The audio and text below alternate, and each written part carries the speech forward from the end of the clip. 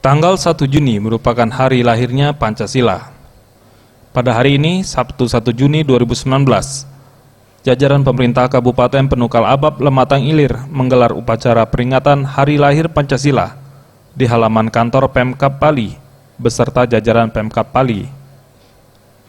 Pada kesempatan ini, Sekretaris Daerah Kabupaten Pali, Syahron Nazil, memimpin langsung upacara.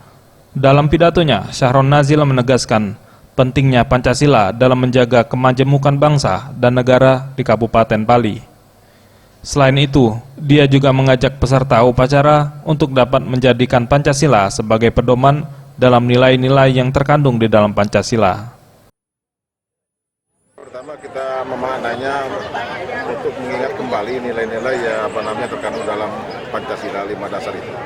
Karena persoalan-persoalan yang kita hadapi, persoalan sosial, persoalan ekonomi juga tidak terlepas. Mungkin karena kita sudah mulai melupakan nilai-nilai yang ada terkandung dalam Pancasila. Kejahatan,